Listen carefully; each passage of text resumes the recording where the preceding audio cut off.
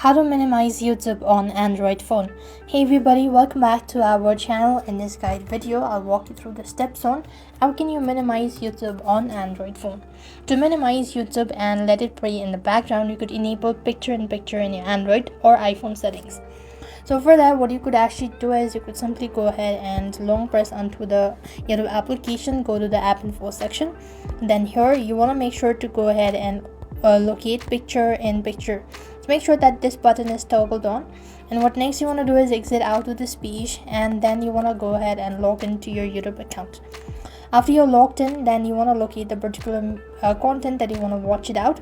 So for the sake of this video, I'm just gonna go with the one. So let's say this is the one, and once you've actually loaded up, what next you have to do is you have to simply hold your finger at the bottom of the screen, just like that.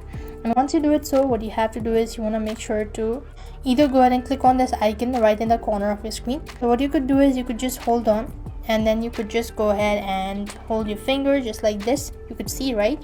And what you have to do is you want to drag and drop it somewhere where you actually want to play it, just like that, and you'll be able to minimize YouTube on Android phone. So that is the simplest way you could do it. So I hope the video was helpful.